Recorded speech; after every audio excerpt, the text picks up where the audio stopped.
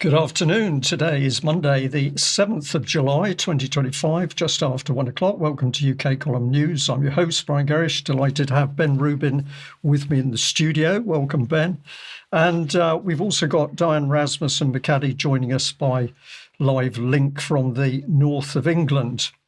Well, of course, many people will remember that today is the anniversary of the 7/7 London bombings, and there's quite a lot, of course, spread across the press and media in UK about that. We're not going to dwell on those sad events, but we're going to take you deeper into the mire, which is what the UK government is up to. And we're going to try and bring people on board with the idea that it is our own government that is attacking us. And using a variety of techniques, we're going to be having a look today at what state control is going on and how the state tries to sell itself to the public. We're going to be having a look at the manipulation of language. We're going to be looking at the destruction of some of the pillars of society. And we are also going to be looking at the power of climate change. But first of all, let's have a look at what the government is actually doing. So this is a critical one, the use of propaganda and language control.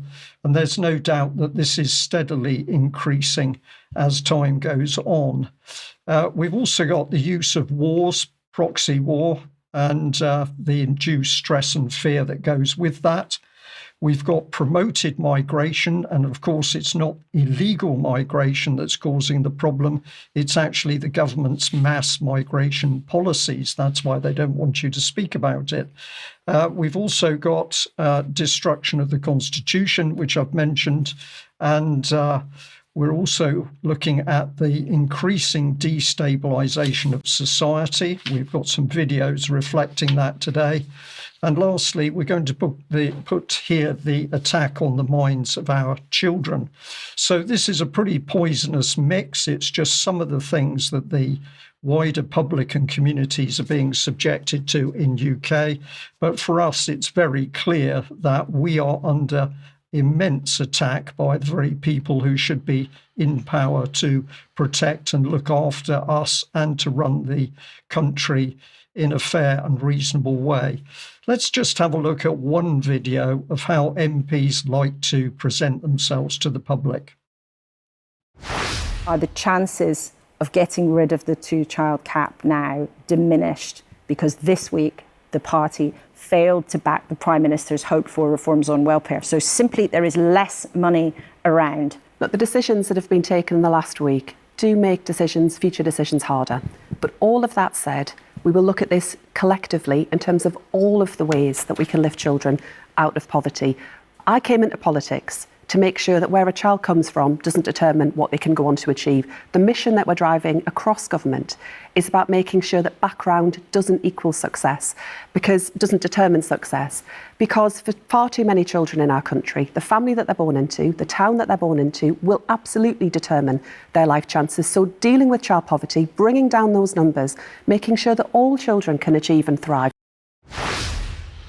So it's all lovely. That was Bridget Phillipson, Children and Women's Minister, saying how the government is doing everything for children. That's the children, of course, that the government itself is not stealing and taking away from parents.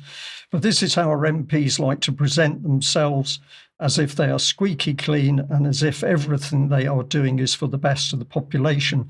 Note, of course, that that was a BBC interview and the backdrop was a cartoon. And I'm going to say to the audience that, of course, is not accidental. This is the BBC playing with people's minds. Were the words coming out of her mouth reality against the cartoon backdrop? But of course, the BBC is doing a lot of things with our minds. Let's just have a look at how their main page looked earlier today.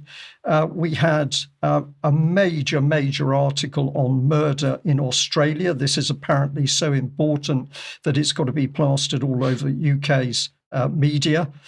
We've got a brief mention of course, war and death in Gaza. We've got, is the UK really any safer 20 years on from 7/7? So we can't forget 7/7 is being brought forward in order to ramp up fear and anxiety, with the BBC saying it can happen again. The King's telling us all to remain calm, probably with him in post and power. We shouldn't remain calm. And then this is mixed with a brief referral to tennis. So it's a really insane mix of headlines, and I would suggest it's done deliberately to cause stress in people. But let's have a look at this headline from the BBC. This is from a few days ago. It's an article about trans troops in the US military, and it's so long that the only way we could really get to grips with it is to take a little video, which is scrolling through your screen.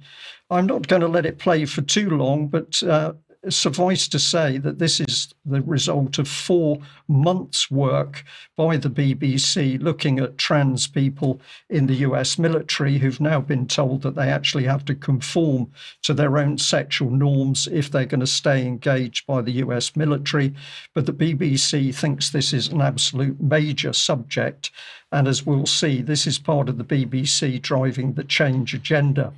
So if I switch across to one of the team that produced it, Sophie Easter, she talks about President Trump signing an order stating that being transgender is incompatible with the rigorous standards necessary for military service. She goes on to talk about some 4,240 transgender people in the US Armed Forces.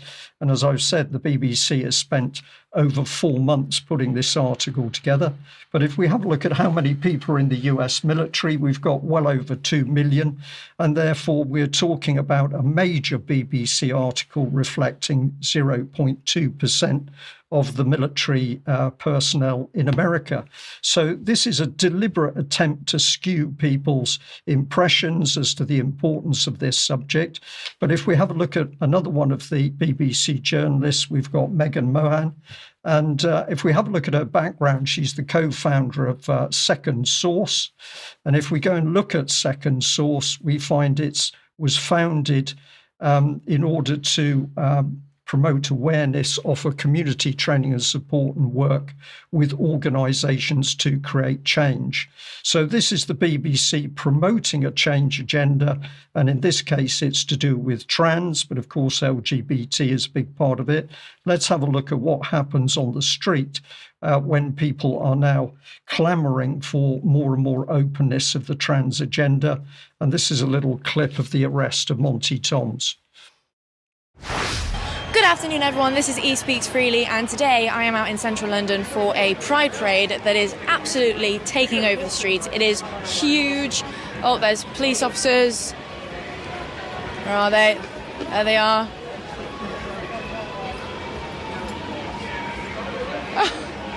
So there's officers following us, and as you can see, they seemed pretty keen to find one Mr. Monty Toms.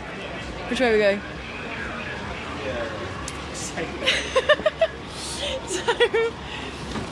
I don't want you to get hurt. I don't want you to come to any kind of harm. I appreciate that, sir.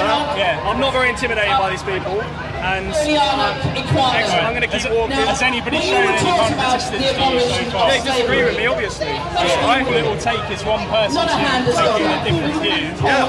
Well, it won't be my fault, will it? It'll be their fault. Yeah. A good future for us, and I also believe in like, We're going to win you over. let's go. I appreciate it. Thank you. I'm going to walk down there, though. Alright. Where are you going? Don't know.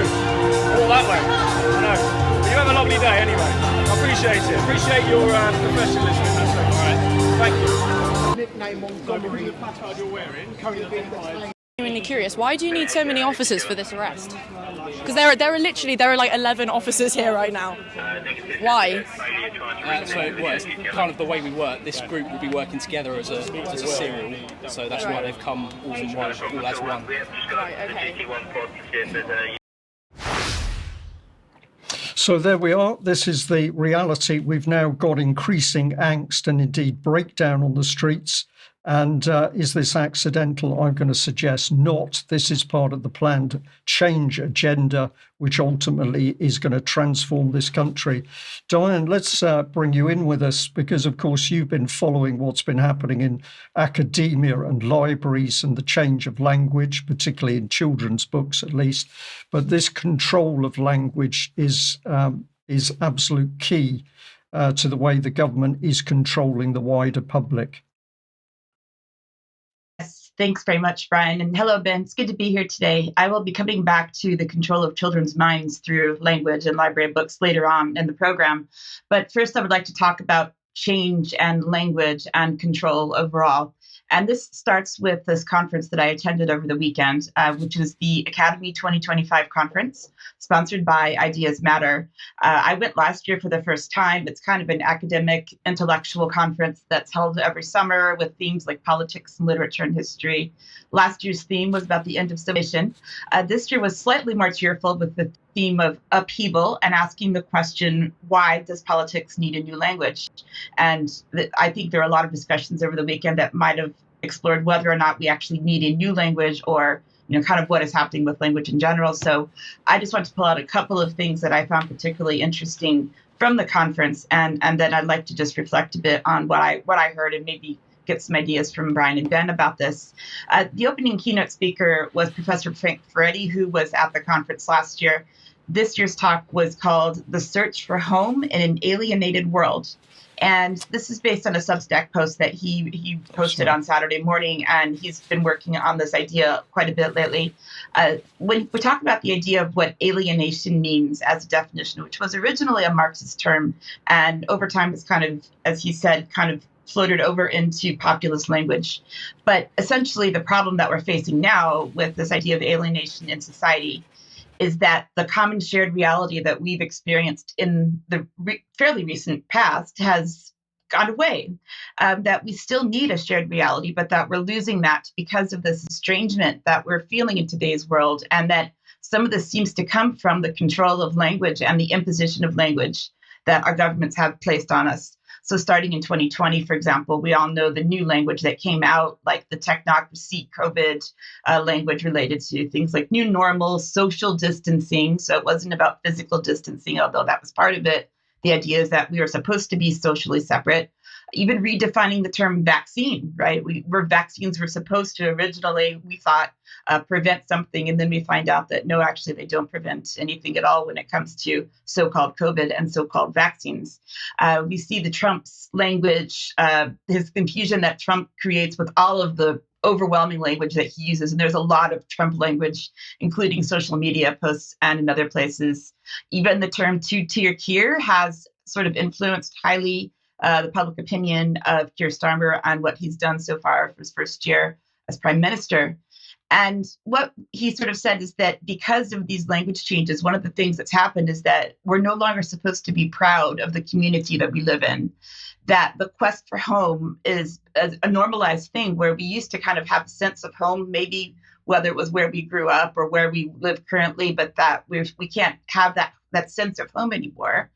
And we've lost cultural connection, and we've lost emotional connection to where we used to be able to say that these are the groups of people or individual people that we love and care about. And we're not supposed to do that anymore because that then excludes people. And with this language of inclusion, saying that we're supposed to include everyone everywhere, that actually creates isolation and a lack of a sense of community. And he made an interesting point that the idea of discrimination, which is basically illegal now in some ways, is that it used to be good. It used to be good to say that it was discriminatory, to that you had made a discriminating choice or a discriminating idea about what you were doing or the people that you're associated with. But that this imposed language leads to make us think that discrimination is automatically bad. Imposed language leads to this alienation because of this forced sense of, the definition of exclusion and inclusion being inverted and so on. All of these things that we're seeing in corporate policies and what the government is imposing on us in terms of hate crime incidents and so on. So he then commented on Keir Starmer's Island of Strangers speech, which he put out in May. So let's take a look at this clip and then we'll talk about it a little bit.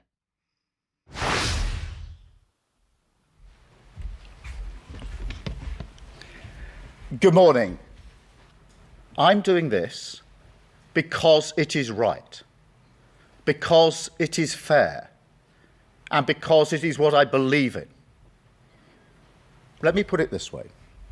Nations depend on rules, fair rules. Sometimes they're written down, often they're not. But either way, they give shape to our values, guide us towards our rights, of course, but also our responsibilities, the obligations we owe to each other. Now, in a diverse nation like ours, and I celebrate that, these rules become even more important. Without them, we risk becoming an island of strangers, not a nation that walks forward together. So when you have an immigration system that seems almost designed to permit abuse, that encourages some businesses to bring in lower paid workers rather than invest in our young people, or simply one that is sold by politicians to the British people on an entirely false premise, then you're not championing growth, you're not championing justice, or however else people defend the status quo. You're actually contributing to the forces that are slowly pulling our country apart. So he received some pushback from this speech. And the reason for it is because some people felt that it referenced back to the former MP Enoch Powell's so-called Rivers of Blood speech, which he delivered to a conservative association in Birmingham on the 20th of April, 1968. And we'll put the full text of the speech in the show notes in case people are not familiar with it. But just to quote from one paragraph of the speech, that when he said, "It almost passes belief that at this moment," and this was 1968, 20 or 30 additional immigrant children are arriving from overseas in Wolverhampton alone every week. And that means 15 or 20 additional families a decade or two hence. Those whom the gods wish to destroy, they first make mad. We must be mad, literally mad as a nation, to be permitting the annual inflow of some 50,000 dependents, who are for the most part the material of the future growth of the immigrant descendant population. So Keir sort of went back on this, and he said in June, and this is a statement from an interview, he said, "I wouldn't have used those words if I had known they were or even would be interpreted as an echo of Powell. I had no idea, and my speechwriters didn't know either." So obviously these are not Keir's words, but he used them and didn't even really seem to know what he was saying, it would seem. Something else that I want to bring in from the conference, and I'm going to go back to this book later and hopefully do an interview with the author. This book is called The Memorizers, and it's by a lady from Northern Ireland called Rosemary Jenkinson. And she was a very interesting person to speak to. And she gave me a copy of her book to read. And just to read from the back cover, it says it's basically a dystopian satire fiction novel. And it says, "Your truth is the wrong kind of truth." And that's at the top of the back cover. And it says it is a blistering portrayal of World War III and a satire on the West's current assault on free speech. Jo, who's the main character, is a journalist reporting from the front line of a war-torn country. One day she wakes up in a hospital after being caught in a drone attack. The problem is she can't remember the story she was covering. And it has a satirical government warning on the front right before the book starts. And it says the book comes with a Class A mental health warning. It may propagate deleterious desires for individualism within the reader. We can't have that on in 2025 in the UK. It may lead to disaffection within society. And whosoever circulates this book with a view to undermining government authority will be subject to state sanctions. And so what are we seeing now? Well, we're actually seeing this taking place in real life. If we look at just over the weekend, we saw from Angela Rayner, our deputy prime minister, said that she is going to put the banter police in your office. And this is a headline from the Daily Mail from over the weekend. "Watch what you say by the water cooler. The workers' rights bill pressures firms to spy on so-called inappropriate conversations, and this is the employment rights bill, in which case employers must try to protect their staff from harassment by third parties. So we're seeing, once again, here's just, ultimately the control of language in your office, in your home, and so on. And just to leave this segment with something that was in my hotel room at this conference over the weekend, a quick photo of it. We see here even the manipulation of language even within your hotel room. Because, of course, if you've been in a hotel anytime in the past few years, you see that hotels no longer want to clean your room or change your towels or make your bed, because somehow that's going to be bad for the environment. So we were given 4 choices of the cards to hang up on our front doors of our hotel rooms. 3 of them were to donate to a charity if we chose to not have our room cleaned. The one that I chose was to spruce up my room. So we see that, again, the green language, the spruce, the tree, sprucing up your room. I put that one on my front door. And for whatever reason, Brian and Ben, they never came to clean my room. And I had to use dirty towels on my second day there. So I guess they were trying to force me to follow the agenda, even though I made a different choice. So I don't know what you think of that, but it was a very interesting weekend and a great conference. Diane, well picked up, because of course, we're being manipulated everywhere we go now. If we stay in a hotel, never mind what they're going to say about changing towels, you're going to have the big TV screen on the wall pumping out BBC 24 hours a day. So this is going on everywhere. And language is the key to control of all of us. So we've got to be very, very aware of what the language is, how it's being used, and what the true meaning is. And a lot of people picking up on that clip about Keir Starmer saying what an untrustworthy Prime Minister he is. I think the word is dangerous. Ben, let's bring you in, because you've been warning over the last few months about the setting up of a new parallel system of government our institutions undermine, and probably most people have put the NHS as one of those institutions. Right at the centre of the entire programme of change, absolutely. Good afternoon, everyone. It's great to be here. So much excitement last week as the Blob, aka the Slaughterhouse, aka the National Health Service, issued its 10-year plan. Much awaited. It's called Fit for the Future. It was presented to us by these two, Keir Starmer, Prime Minister, remarkably for a year now. That's quite amazing. I wonder how much longer he'll last. And also Wes Streeting, Health Secretary. Importantly, crucially, let's keep on pointing this out. Both of them are members of the Fabian Society. Therefore, they are wolves in sheep's clothing. Wolves in sheep's clothing. They want you to know this. They want you to understand this. They are telegraphing to you exactly what they're about.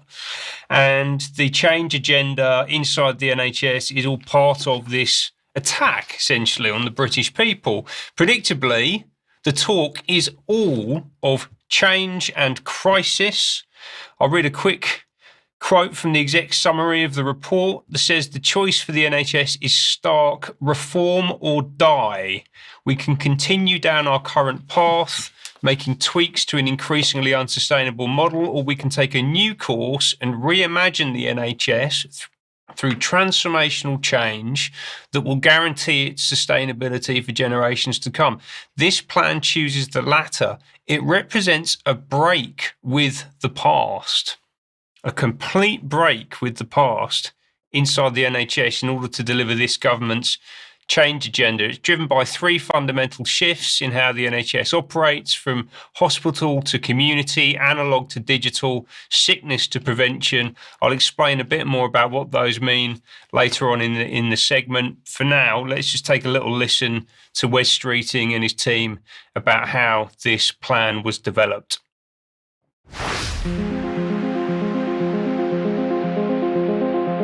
In 2025, the government published a 10-year health plan for England. The plan outlines the changes that need to be delivered to make the NHS fit for the future. To understand what the public and health and care staff want to see in the plan and inform its development, the Department of Health and Social Care invited staff and users of the NHS to discuss what they wanted from a future NHS. This conversation received over 250,000 contributions from members of the public and NHS staff. We're kicking off the biggest conversation in the history of the National Health Service because we can see the scale of the crisis. We're already taking steps to get the NHS back on its feet, but we're also shaping a 10-year plan to make sure the NHS is fit for the future. And I genuinely think, while we could have come in as a government and imposed change, I genuinely think that change is better done with people than to people. And I also think that some of the best ideas we'll get about how the NHS can improve will come from the people on the front line who work in it, and crucially, the patients who use it. Well, Ben, thank you for that video clip. As I watched it, I was almost back in the little church hall where Plymouth City Council took people for a facilitated big conversation over the changes to local government structure. And here we've got a facilitated big conversation over the NHS taking place. Facilitated everything. Because they want to hear your opinion, Brian. It's not like they've got a plan already laid out that they just want you to agree to. Okay. So it's a national conversation. 250,000 people engaged, apparently. It's all about addressing a crisis. And this is propaganda, right? We have to understand it in those terms. We talked a bit about language, but let's also look at the visuals and the setting for this film that we've just looked at, right? So you mentioned a village hall. It looked like I've written down a bingo hall here. That's what it looked like to me. There was a church. And this is about making the NHS feel authentic to the British people when it is absolutely nothing of the sort, right? Let's hear a little bit more from that film about how the plan was developed. Throughout the engagement, we've been supported by public dialogue specialists, Thinks Insight and Strategy, and their partners Kaleidoscope Health and Care and the Institute for Public Policy Research. There were lots of different ways for members of the public and health and care staff to shape the plan. From the Change NHS website, where everyone aged 16 and over could have their say, to workshops held by groups and organisations in communities across the country with people who are seldom heard in consultations of this scale. More than 17,000 people participated in this conversation. We also ran deliberative events online and in person across the country with 730 members of the public and 3,000 health and care staff, supporting people from different roles and walks in life to discuss and deliberate key elements of the plan. This also included an event with 27 children and young people aged 7 to 18. We consulted with NHS leaders and partner organisations to understand their perspectives. Finally, we hosted a national summit where almost 300 members of the public and staff from across England came together to share their thoughts on the future of the health service and discuss final proposals for the 10-year plan. So, of course, the audience couldn't hear what I was saying while that video was playing. But essentially, I'm saying the more this lady says, the less the voice of the wider public. And the NHS is consulting 7-year-olds on change in the NHS. Right. That about sums it up. But I'd like to know what a deliberative event is. It sounds very fascinating. This is a complete scam. It's controlled dialogue in order for the government to get what it wanted in the first place. Yeah, it's smoke and mirrors.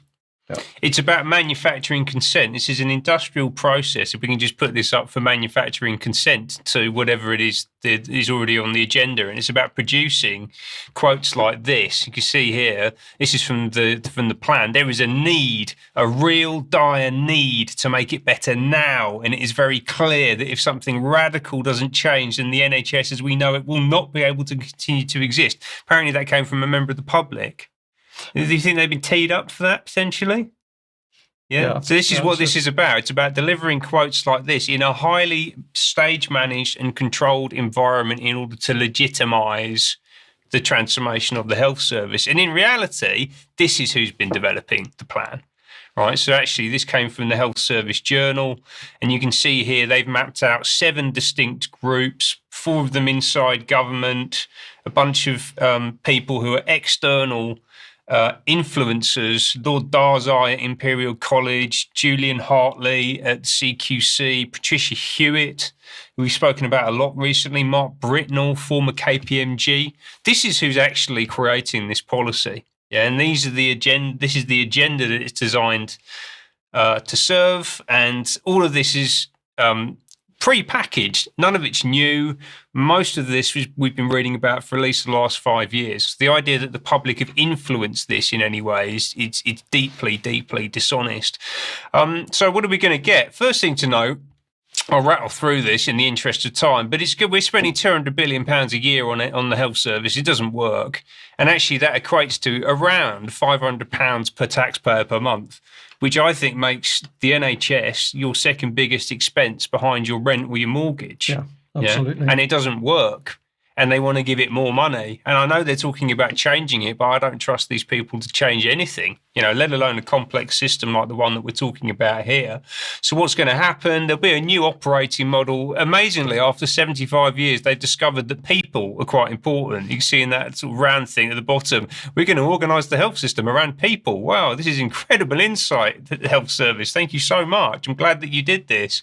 Hospitals, community. So we're going to explain a little bit about those three trends that I spoke about earlier. So as if we needed more NHS, we're going to have more NHS closer to us in our communities and importantly in our homes, apparently, and on our high streets. So big shift there. A lot of this driven by technology, huge focus on AI. They're absolutely dead set on this single patient record. This is an extraordinarily dangerous development. I know this is all presented about cost saving and efficiency, but it's not. It's about control. It's about surveillance. The shift from sickness to prevention. Difficult to disagree with a lot of the things that they're promoting here, but also difficult to give any credibility to this when they're saying that people should be smoking less and drinking less, but on the same time, the NHS is rolling out things like RNA vaccines and Ozempic and euthanasia and all of the other horrors that we've seen over the past few months, with no doubt more to come. Huge investments in technology, all of this coming from external companies in AI, data, genomics, genetic engineering. We talked about that a couple of weeks ago, this biotechnological industry that they're building. And they are rolling this out quickly. They talked about this idea of the faster spread of innovation, getting the basics right, moving these things out into the system as quickly as possible, developing a pro-innovation regulation environment from the MHRA. Yeah, so that worked really well during COVID, didn't it? Yeah, let's get stuff. It's a market enabler. It's not a regulator. And finally, despite the fact that we're ploughing hundreds of billions a year of tax revenues into this, they're also still going to be going to leverage private sector investment, particularly around neighbourhood health. And under the Blair regime, the PPI that we paid about £300 billion for £50 billion worth of services. So, they clearly haven't learnt their lesson. They're doubling down. And my view, as far as the health system goes, is that we should frankly shut the whole thing down and start again. There are many people who say that, and I think that's a dialogue we can have in the days to come. But let's get on to something which is very important, and that's a huge thank you to everybody who supports the UK column with a monthly membership or making donations or purchasing through the shop, because you are the ones that keep the UK column going. And it's been your immense support that's allowed us to reach next year, 2026, our 20th anniversary. So huge thank you to everybody who's making that financial input to keep UK column going. Now, we've got an advert here for Germ Warfare tonight at 7 p.m. And that's Andrew Treglier. And we know that germ segments are going down extremely well. So if you haven't seen one of those, do tune in. If you have seen one, join him anyway, and that will be very good. Now, tomorrow at 1 o'clock, an interview that I did with a retired journalist, Eugenie Verney, will be going out. She is an amazing lady talking about a really incredible career in some of the more left-wing papers, some of the very big papers, what she saw and what she learnt from that career. And some of the conversation is comparing her experience during that time with what we now see happening in the press and the media. So watch out for that interview, which will be at 1 p.m. tomorrow. Now, Diane, I look to you for this one, 10th of July, Edinburgh. They're burning books again. What have you got? Yes, I'm giving a talk for Common Knowledge Edinburgh this Thursday evening. So if you want to join me, please do so. And I'll be talking about a lot of the things I've been covering about libraries the past few months on UK Column, but a lot of other topics. When I say that they're burning books again, the problem is that they are literally removing books out of university libraries, which should be free. based on free speech and academic freedom, while at the same time accusing us of burning books in front of children that contains pornographic content and other types of things that we don't think that we should be seeing because it's not age appropriate. So I'm going to be exposing the hypocrisy and some of the ideology behind what's going on and talking about a book that I'm actually writing on this topic. So please join me on Thursday evening. Excellent. Thank you very much for that. We're also reminding people of our UK column on location in York. That will be Saturday, the 18th of October, 2025. We're still teasing over the release of tickets. That will be announced, and we're going to encourage as many people as possible to come to this event, because if we have another successful on location, we're going to look to try and undertake our weekend event for our 20th anniversary next year. So UK column on location in York is a very, very important event. Lovely city, absolutely beautiful hotel. More details on that closer to the time. Now, we've also got the Regional Sovereignty versus Devolution Dissident Meetup for the Southwest region. That will be Sunday, the 20th of July, 9:30 to 4:30. And that's the Field of Dreams, Exeter EX49JL. So have a look at our show notes for more details on that. We've also got the Thetford Truth and Freedom Beer Festival.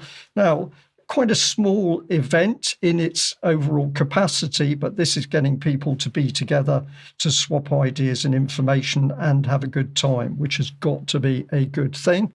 We've also got another Freedom Festival coming up, which is 1st to the 3rd of August. That's in Leicester. I think very competitive rates there. Some great speakers, including Andrew Bridgen and John O'Looney, plus music, and obviously great people on the ground, so you can mix and have fun and learn. And then the Freedom Music Fest, 22nd to the 25th of August, 2025, with lots of good music there. That's the bank holiday weekend, and UK column team will be there. So where do we go from here? Well, we're going to bring your mind back to our warnings about what the government is up to.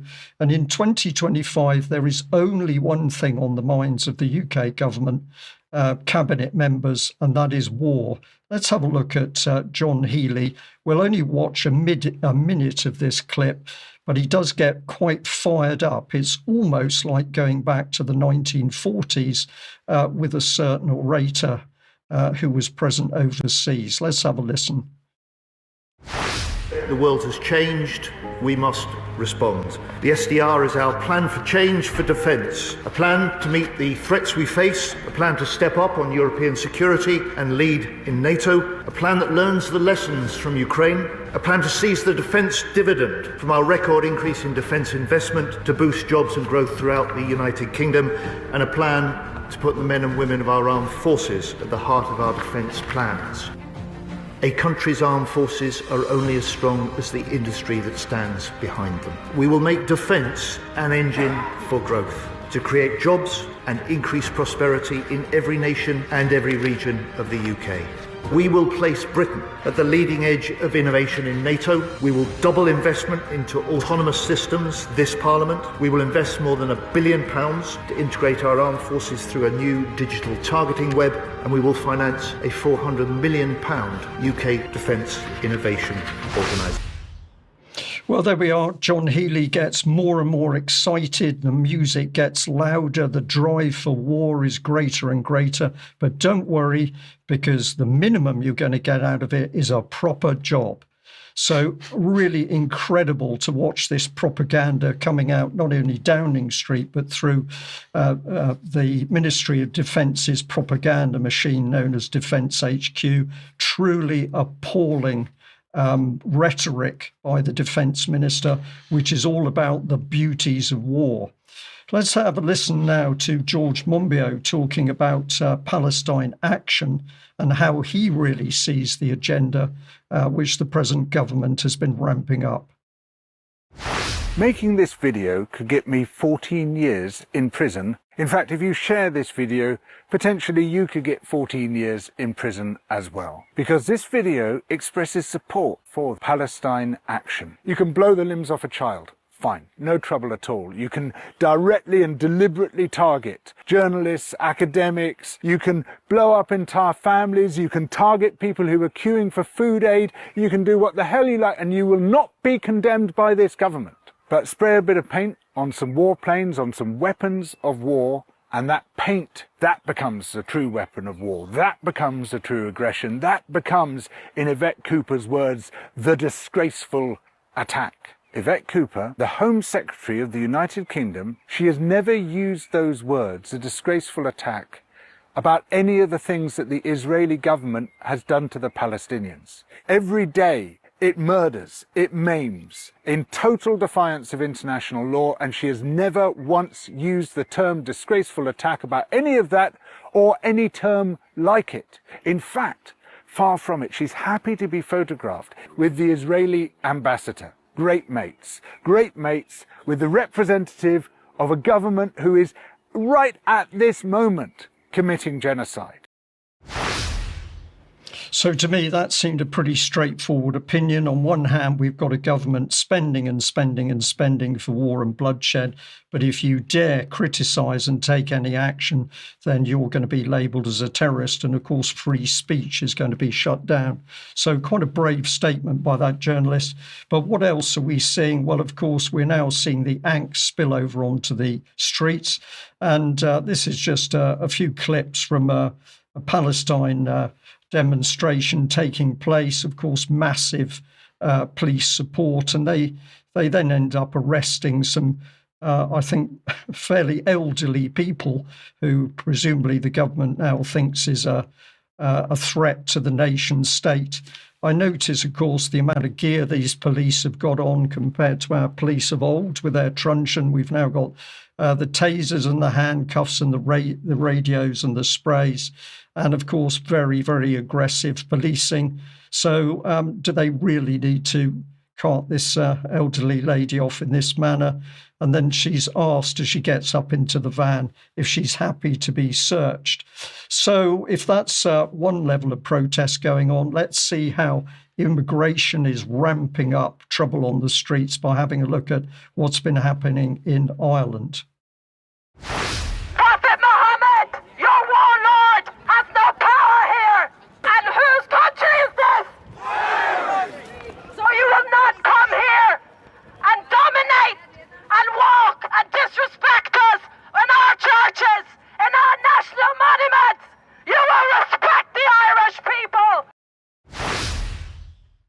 Well, of course, the migrants present in Ireland didn't invade. They didn't fight their way ashore. They were invited in by Irish politicians as part of the EU's overall migration policy. And this is the truth of the matter, the trouble on the streets being created by our own government's policies. People need to remember this. Now, let's have a look at the wars, because, of course, the government here still absolutely supporting everything Ukraine does. We support it. We help fund the killing machine. But this is yet another of those nasty little clips about what's happening on the streets as the Ukrainians round up young men, bundle them into cars in order to take them off to die at the front. Watch the brutality here when this mother tries to intervene. So the report in this little posted video is that Zelensky's doing awful things and Ukrainians hate him. But of course, you're not going to hear that from the West or the UK. And if we have a look at the propaganda coming out from Defence HQ, we've talked about this sort of thing before, but here we've got basically the idea that the Russians have kidnapped all the Ukrainian children in their thousands and thousands, and they've never been given back. Whereas, of course, we've heard clear statements from the Russian side that they've asked for lists of these supposedly missing children. And of course, nothing ever comes back from the Ukrainian side. But Ben, appalling propaganda here. And I think it's pretty sickening. So that's just a little summary of the sorts of things that the UK government is getting up to. It is our own government that's attacking us. And if you can't understand what a policy is really doing or designed to do, try putting your mind over to the side that we are being attacked. And very often you will start to understand what's actually being done. Diane, that brings you back to manipulation and I think things in the direction of our children. What have you got to report? Yeah, thanks, Bride. So this is a little bit more on the libraries. This was thanks to Kathy Mudge of Protect and Teach, who's been on UK Column with me previously, working really hard to expose the indoctrination of children throughout England. And she tagged me in this post that was on X that showed a BBC article. The headline on Friday, the 4th, when it was first posted on the BBC website, was "Trans Books Banned in Children's Library Sections." I do want to remind everyone that there are no banned books in the UK, but there are potentially collection decisions that can be made for age appropriateness in libraries, which is very different. The same article on the same link on Sunday, when I looked at it again, had a completely different headline. At this point, the headline was "Backlash as Reform Claims Trans Books Removed from Children's Library Section."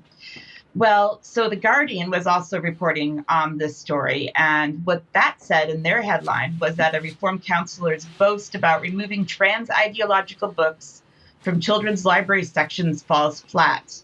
Paul Webb, who's a Reform UK councillor who I'll come back to in a moment, said he ensured books and material were pulled from children's section of Kent libraries, but it emerges they were never there. Well, big surprise. All of this was actually misleading when we look at the headlines that were put on these mainstream sources. So I want to look at what actually was posted and what actually happened in the library based on what I was able to find out. Paul Webb, according to the BBC, is Reform UK's communities portfolio holder who oversees libraries. He said that the alleged removal of transgender-related books from the children's section of the libraries in Kent came after a, quote, concerned member of the public contacted him about what was seen in a particular library in Kent. So Paul Webb posted this video on his X account. Good evening, everybody. Paul Webb here, your Reform UK Cabinet Member for Communities and Regulatory Services at Kent County Council. I was recently contacted by a concerned member of the public who found trans ideological material and books in the children's section of one of our libraries. I've looked into this and this was the case.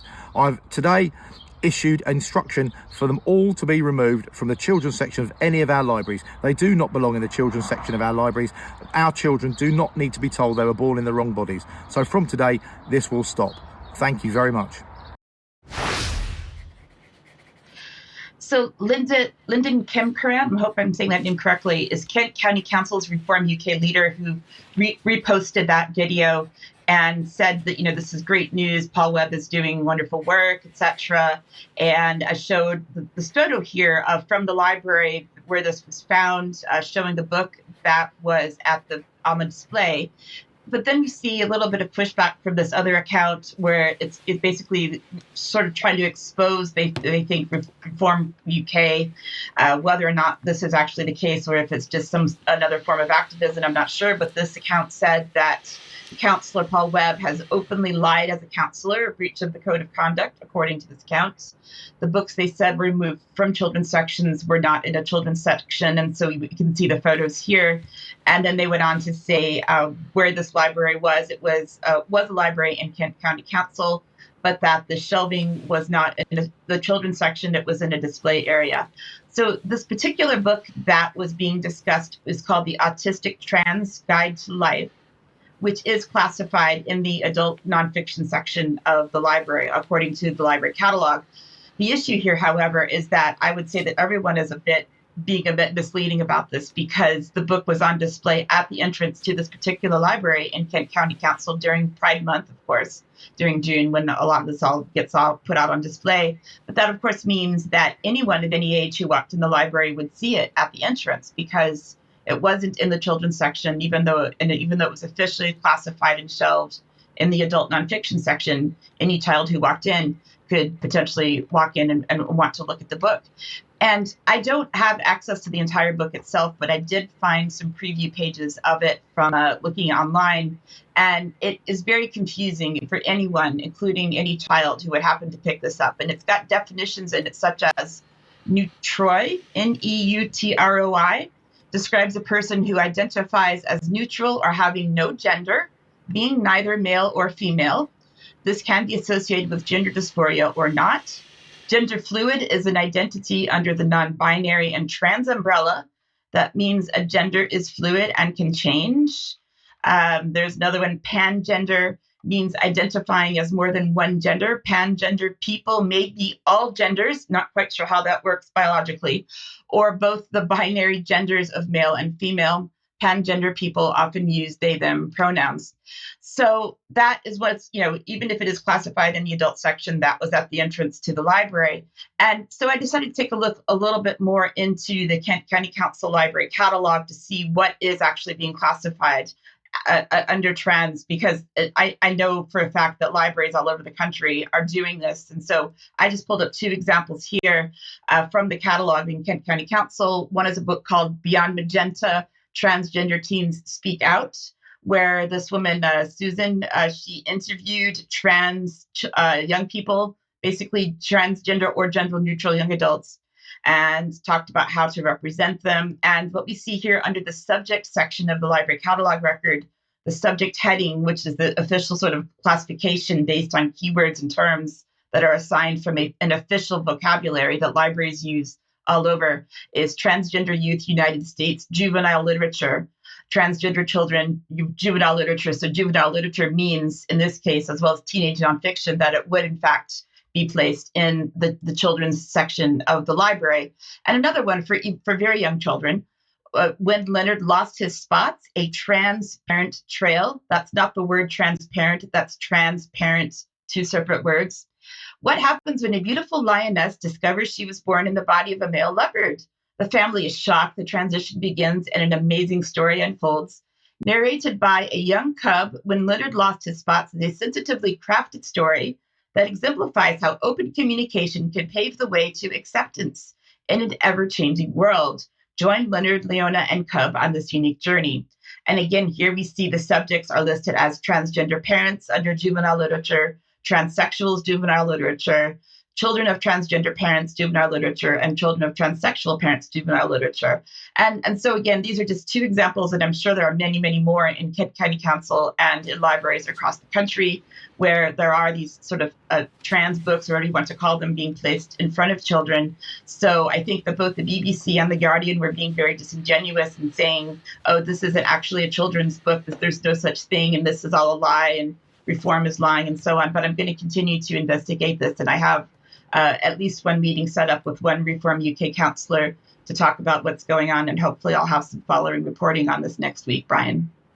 Diane, thank you very much. And your report having an effect on our audience, as we can see from the chat box, people picking up how really, really dangerous this is, and of course how vulnerable the children are. So please keep up your research, and we will continue to keep warning about what's happening. Anybody who's tackling this, doesn't matter what party you're associated with, if you start to do the right thing, then you deserve support. So well done, anybody who is out there trying to stop this pernicious agenda attacking the minds of children. Now, let's just hop across onto the subject of climate change and CO2, but I just have to bring in a reference again to Sophie Istou, who's the freelance journalist who was involved in that massive BBC piece on transgender in the US military, because what I discovered is that she'd also done this sounds audio interview, which is about the production of CO2 and the worsening of climate change as a result of war. So nothing from the BBC over the millions of dead and wounded in Ukraine. They're just worried about how much CO2 has been produced from the explosions. Quite sickening, Ben, but take us away with a deeper look into matters climate change. Absolutely. It's unsurprising, but certainly sickening. So we're going to have a little look at the climate gravy train, and we're going to focus on London and the last weeks of June, actually, because London Climate Action Week touched down. And as you can see here, the United Nations Sustainable Development Goals arrayed there in the centre, telling us what this is really all about, right? So this is the UN, the World Economic Forum, the global public-private partnership, the partnership between money and power, what is driving the climate agenda. And this was overseen by this gentleman, Mete Choban, MBE, Deputy Mayor of London for Environment and Energy, who was saying, "I'm incredibly proud to have overseen the biggest ever London Climate Action Week with over 700 events over the week and 45,000 people engaged." Right, that is absolutely astonishing. And regular viewers will be familiar with Choban because we first came across him just over 2 years ago now, as he was the co-host of this event with Tony Blair and his institute, talking about the future of Britain, where Tony Blair and Choban as co-hosts. I mean, it's a remarkable accolade for a young man in his early 30s to be put up there alongside Tony Blair, basically laid out their vision for the future of the country. And Keir Starmer, then leader of the opposition, basically turned up at the end of the day and said, "Yes, I agree with what Tony said." So that tells you a lot about where the agenda's coming from. And then we uncovered My Life, My Say, the youth charity, which is being used to radicalise the nation's young people, to align them with the global technocratic agenda, to manufacture consent to all of these changes that are happening across our society and our economic and our political systems, that was essentially teed up by the US State Department, MI6, NCS. You got David Cameron sitting there in the background of the National Citizens Service, UK Youth, which is overseen by Princess Anne, two branches of the Rothschild family, Tortoise Media, Mete Choban, sitting there in the middle of all of this, now overseeing the Showpiece London event for climate change. If that doesn't explain to you what's really going on here, then I don't know what will, to be honest with you. We'll keep pushing it. Yeah, I mean, we got to look what's going on, everybody. And where best for us to go to get some insight into the shiny, happy people of the climate agenda than to Gold's House at Freud's Communications. Let's have a little look at what happened on the day.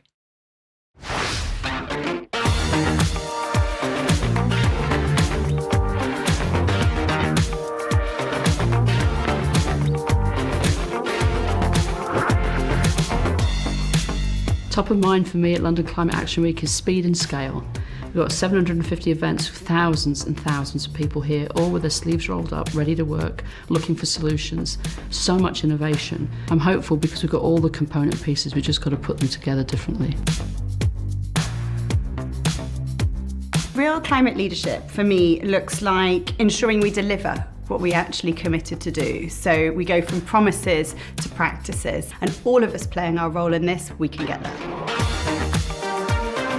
We need to hurry up. A sense of urgency, I think, is really, really important. We have the solutions to a really great way of life. Actually, a lot of the things that tackle climate change are the things that give us better lives.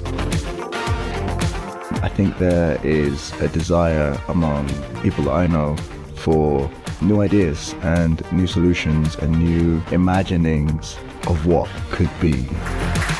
Welcome to Freud, and it's great to be here. And it's so important that we're meeting this week, finding the solutions to the biggest challenge facing our planet. So lots of food and music and good times in order for them to help people who are not experiencing the food and the music and the good times. Yeah, right, exactly. Yeah. New imaginings of what could be. I mean, and this is all narrative, right? Really crucially, we talked about the BBC a moment ago. This is what they called their event. This is about rewriting the climate story. This is all story. It's not based on anything. It's just made up. And we don't have time to go through all the people that we saw in the video, but this lady jumped out at me. This is Tangam Debonair, who is a baroness, sits in the House of Lords, and she was very keen for us to just hurry up because the good life lives at the end of all of these climate innovations, apparently. And this roots us right into the seat of power in the UK. She actually is the chair, I believe, of the Labour Women's Network. And you can see here, sisters, what a team. This is the brilliant executive committee. You can actually see she's wearing the same dress, so maybe this was actually on the same day. Saving CO2. Well, it could be that too, who knows? And actually, the ladies bit is really important, right? Because this is being driven primarily by women, right? It really is. And we can see a few more examples here. So this is from the Imagine Leaders Network, who I spoke about last year. I can provide some links. You can see we've been talking about this for over 12 months now. We can see there's Pat Mitchell, who is on the right-hand side in the yellow, who is the founder of the Connected Women Leaders Network that we spoke about earlier on this year, and one of the co-founders of Project Dandelion. So you can see the dandelion there on a little natty yellow jacket. Imagine is run by this lady. This is Valerie Keller, who is also a young global leader of the World Economic Forum. And they love wearing these jaunty little hats and feathers, the Imagine crew. This is the sort of their little thing that they do, you know, so sort of climate meets high fashion. Yes. You know, and this is the kind of absurd world that these people live in. And Imagine is overseen by Paul Polman, you can see him bottom left, who is, amongst many other things, a trustee of the Rockefeller Foundation. Right, so these are the self-proclaimed global elite, the well-heeled, gilded special ones who float around in the stratosphere making decisions that are going to transform the lives of everyone else on Earth while getting paid enormous amounts of money to do it. Right, crazy. Also, we had, importantly, ISWE, and there we saw Rachel Kite, who's the UN Special Representative on Climate Change. She was also in that Goals House video. Mary Robinson, who's chair of the elders, also founder of the Dandelions, wearing her dandelion. She was at the ISWE thing. This was all paid for by the Wellcome Collection, by the way. So a lot of the money flowing into this is from charitable foundations, philanthropic wealth. Sandrine Dixon de Clèves from the Club of Rome was there. Again, really reinforcing the point. Let's have a look at that badge that she's got on. Boom. Women are leading the new climate revolution. Wow. Right? They're telling you women are leading the new climate revolution. And this is why increasingly we're not allowed to criticize women. If you criticize these people, then you're a misogynist. It's hateful. And that's how they're shutting down debate around these unbelievably important issues as it relates to the future of the whole of humanity, right?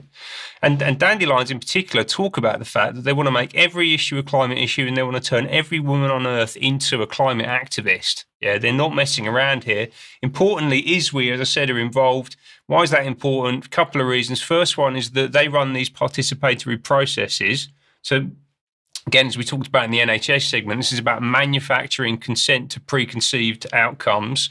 They're running this global assembly for COP and ultimately as an extension of that, the UN, but they're also active on the ground in the UK, most notably through a partnership with this organisation called Community Organisers, which I'll provide some links. You can go and have a look at a recent session that they held together, talking about local democracy in the UK. And the community organisers were first written about on the UK column back in 2013, and it was started as a 4-year national training programme in 2011, designed and run by locality who are directly linked to Common Purpose and funded by the Cabinet Office, who are all trained by Common Purpose under David Cameron, which takes us back into the early days of the column. You know, so this is running on the rails of a political transformation that has been put in place 10, 15, nearly 20 years ago. And Regenerate, I saw, was part of that as well. Yes, they were. Yes, major organisation. Right, we must end our news now. We never have enough time to get into all of the detail of these things, but we are desperately trying to get people to focus on the drivers of what's happening, the dangers of change in UK, and we've covered a lot of ground today. Let's just end on a bit of black humour. Diane, over to you. Everyone should be really, really afraid because there's a new Frankenstein variant of COVID that's circulating around the country. It's also known as XVG or Stratus or NB181, depending on who you ask. But apparently, according to a dermatologist who owns a skin clinic, it's a descendant of the JN1 Omicron subvariant and carries several mutations in its spike protein, enhancing its ability to bind to human receptors and potentially evade immunity from previous infections or vaccinations. And it says it's highly contagious. However, it also says, according to one article, many people may not realize that they even have COVID.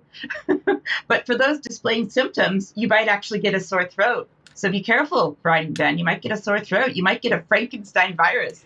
And Be then afraid. I don't know what happens. Be afraid. Be very afraid. Or maybe not. We must end there. Ben, thank you very much for joining me. Diane, thank you.